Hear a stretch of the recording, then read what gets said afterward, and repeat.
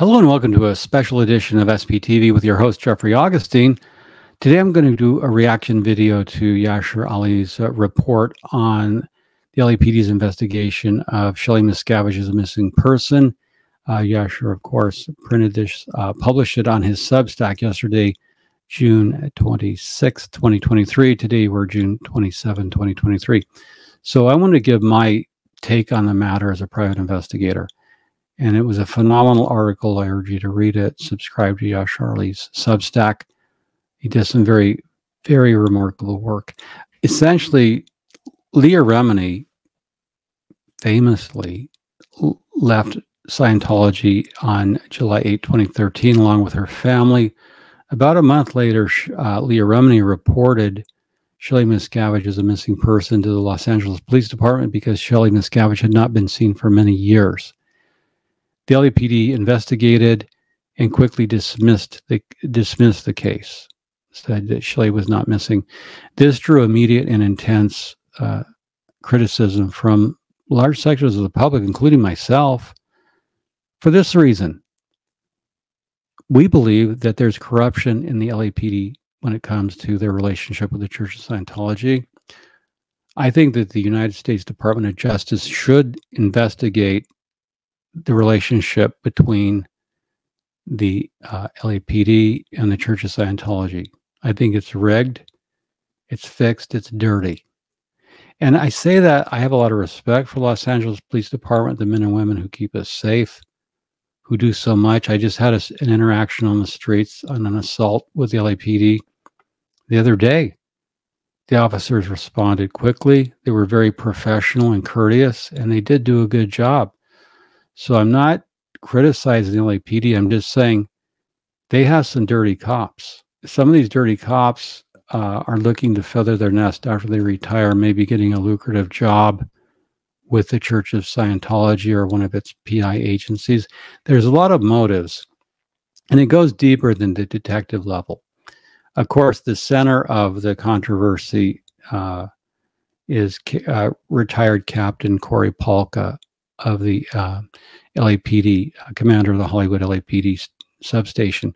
So there's a lot of events, a lot of moving parts in this, but basically it certainly centers around Corey Polka, but it goes above him, I think, down to headquarters. And that's why I think the U.S. Department of Justice needs to investigate.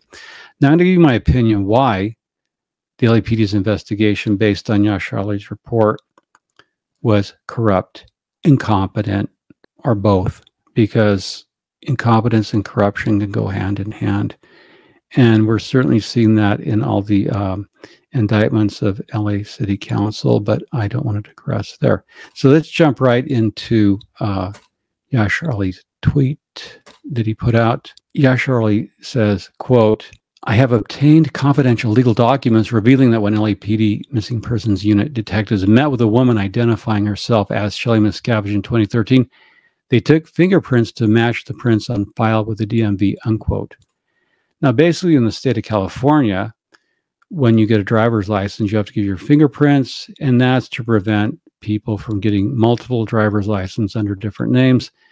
And when you're fingerprinted, the DMV, if you already have a license, it'll give you an immediate read instantaneously, and the DMV can say, no, you're not getting another driver's license. In fact, they can go ahead with criminal charges for trying to obtain a driver's license under false pretenses. So Yashar continues, quote, "The next day, the LAPD lab determined the prints were unsuitable for match. Instead of obtaining a second set of prints from the Shelly, the LAPD closed the missing persons investigation and removed her from the missing persons database." What the LAPD said seems corrupt and dishonest to me.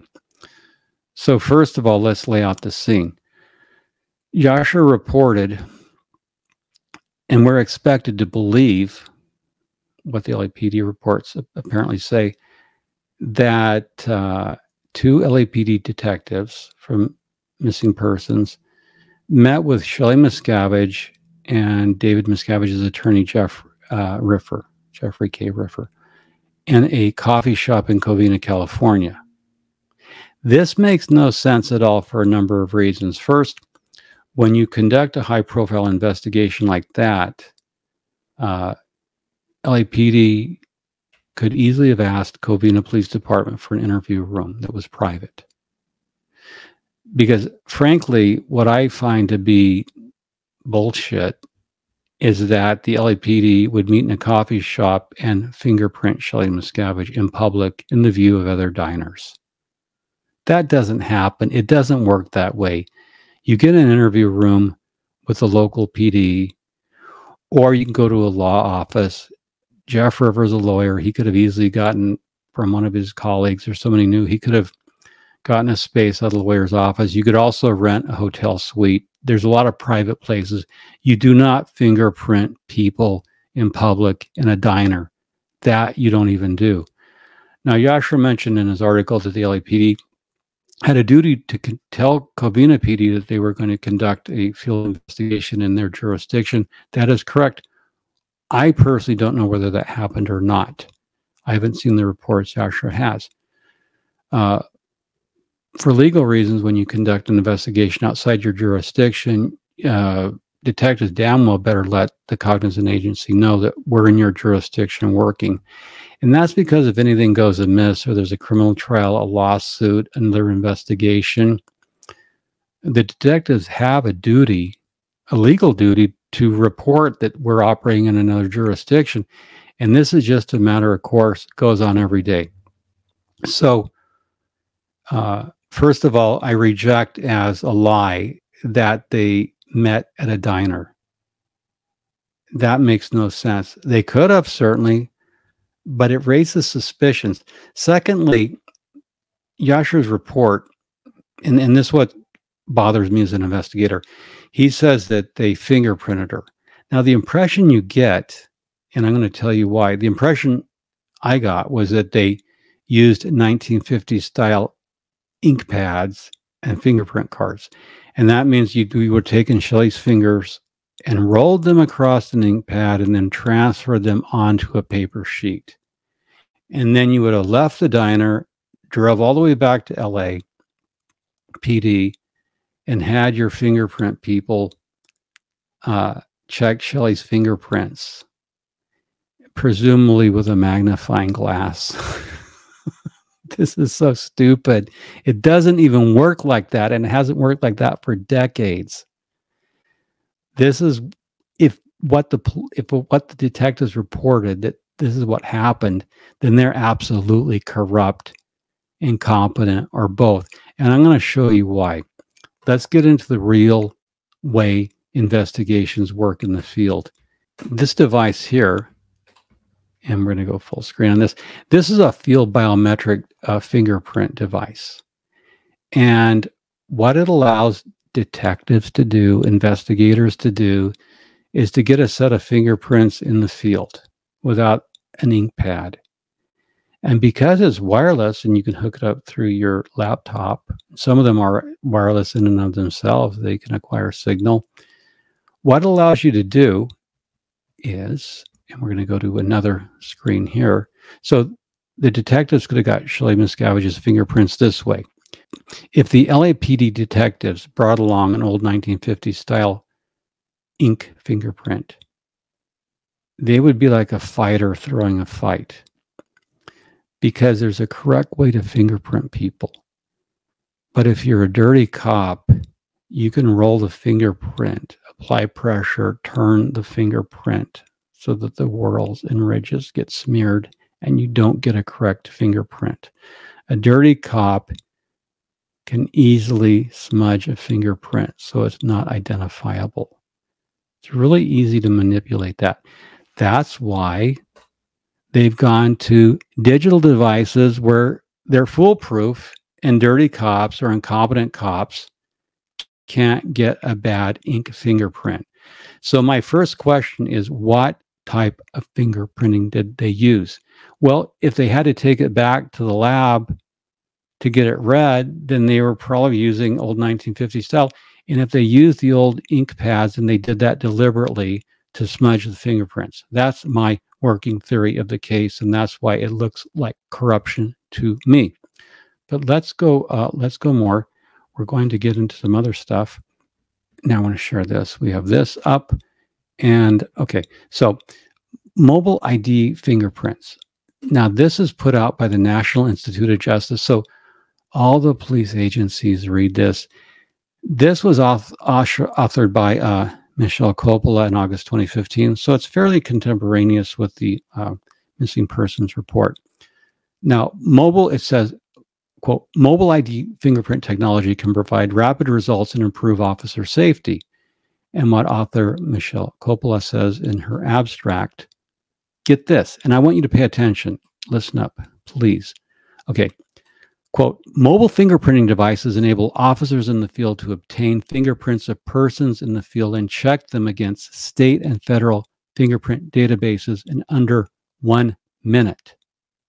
So, using biometric wireless fingerprinting technology on glass, you can obtain a person's fingerprints in under 1 minute. That's what these LAPD detectives could have done with Shelly Miscavige's fingerprints. They would have been able to look at them and verify them in under 1 minute. They didn't need to drive back to headquarters with paper prints and then go, oops, well, those didn't read. We can't get a hit on them. That doesn't even happen that way. Ms. Coppola continues, through the use of this device, officers can determine whether a person has provided a false identity, has a criminal history, or is wanted for a crime. So again, from the National Institute of Justice, we know that the detectives had the means to do the work in the field to get the fingerprints in a minute. Internet connection is slow, maybe it takes 2 minutes, but you get my point. They didn't use the science they had available to them at that time. The other thing they do that the LAPD detectives should have done, every LAPD detective out there carries a camera. Every LAPD police officer carries a camera because you do field investigations and you're going to take pictures of gang members, persons of interest in possible crimes. You're going to take their photograph. That's the basic thing you do. Photographs, tattoos, piercings. You're going to look at all those things. The LAPD detectives should have taken a photograph of Shelly. This would have allowed them to take a digital photo, upload it through a laptop, and compare it against the actual photograph from the DMV. Through the use of facial matching software, they would have known whether this was Shelly. And why do I say this? Well, let's go to another piece of evidence I want to show you. The LAPD has a world-class forensic science division. And this forensic science division can do things like use DNA to solve 40-year-old cold case murders. They're phenomenal. There's the boss, and then we have the chief forensic chemist and lab director. This is absolutely a world-class operation, the LAPD's forensic science division. Now, what the detectives could have done in the case of investigating Shelly Miscavige, why they had access to a field investigation unit. Now, the field investigation unit is just that. They conduct field investigations. So the two detectives could have went over to the boss of the forensic lab and say, hey, we need a field investigator because we're going to check fingerprints. We are also going to take a photograph. We're going to take a photograph and we want to send it back to LAPD Forensics Lab for facial recognition software. Now, the reason this would have been possible, and this is something that I liked that Yasher showed. Yasher in his tweet yesterday, he has pictures of Shelly Miscavige. Now, we have an excellent picture here. This picture, the detectives, if they had taken a digital photograph and uploaded it to the lab at the scene in the coffee shop, they could have used this photograph, the DMV photograph, and the photograph they took in the coffee shop to get an absolute 100% hit on facial recognition software that this was indeed Shelly Miscavige. The other thing that's normally done, and this bothers me, the other thing that's normally done, and this is why LAPD detectives should have used a Covina PD interview room, video the whole interview. It would have been private. The only person having a copy would have been Jeffrey Augustine for the attorney and the LAPD, and no one's going to get it. They didn't video the interview. Every high-profile investigation, you video people. So what this looks like to me is you had two detectives who were like fighters throwing a fight. That is, they rigged the investigation to fail. As I read it, this was a rigged investigation. These were dirty cops. They didn't use the full assets of the LAPD's spectacular forensics lab to conduct a proper field investigation. Look, I'm a PI, and I know this. And if I know this as a PI, the detectives sure as hell know it much, much better than me. They're professional police investigators. They knew this technology existed. If they didn't, they were incompetent and they would never have been made detectives. These are not dog catchers, for Christ's sake. This is why I think the whole investigation was corrupt, because the arsenal of technology, of science they had at their disposal was not used to determine 100%. Because you don't smudge fingerprints in 2013. You don't use an ink pad. That's why the whole thing looks so corrupt. So I want to give you one other thing that's interesting. This is not anything novel or amazing, but I did want to share this part. This is a NIST publication. NIST is the National Institutes of Standards and Technology. And what NIST does, it's a national government agency. You can see it's an official website of the United States government. And what they do, what NIST does, and let me bring up the full screen. What NIST does is it sets standards. And in this case, this is a publication called, quote, Data Format for the Interchange of Fingerprint, Facial, and Other Biometric Information. So there are NIST standards in place used by police agencies, FBI, federal agencies, Department of Homeland Security. And look at the keywords: biometrics, face, fingerprint, palm print, planar DNA standard. Okay, so this tells you how to use forensics, face, iris, scar, mark, tattoo, latent print, fingerprint. So there's actual standards in place used by all agencies to ensure the integrity of when you exchange data for fingerprints, facial, and other biometric information. So the hard science is in place. That's what I want to emphasize. The NIST standards have the standards that are used by LAPD, FBI, all other agencies to ensure the integrity of the transmission from the field to the lab. And that's all done. All the heavy lifting is done by scientists, chemists, researchers, experts, scientific experts that bring the full weight of forensic science to a law enforcement investigation. So that's my opinion. The investigation of Shelly Miscavige as a missing person was corrupt. It was designed by the detectives to fail. And again, my analogy is they were like dirty fighters throwing a fight. They didn't want the investigation to go forward. They somehow had a connection, I allege, to the Church of Scientology, who had an interest in making this thing go away. Leah Remini was right in calling for it.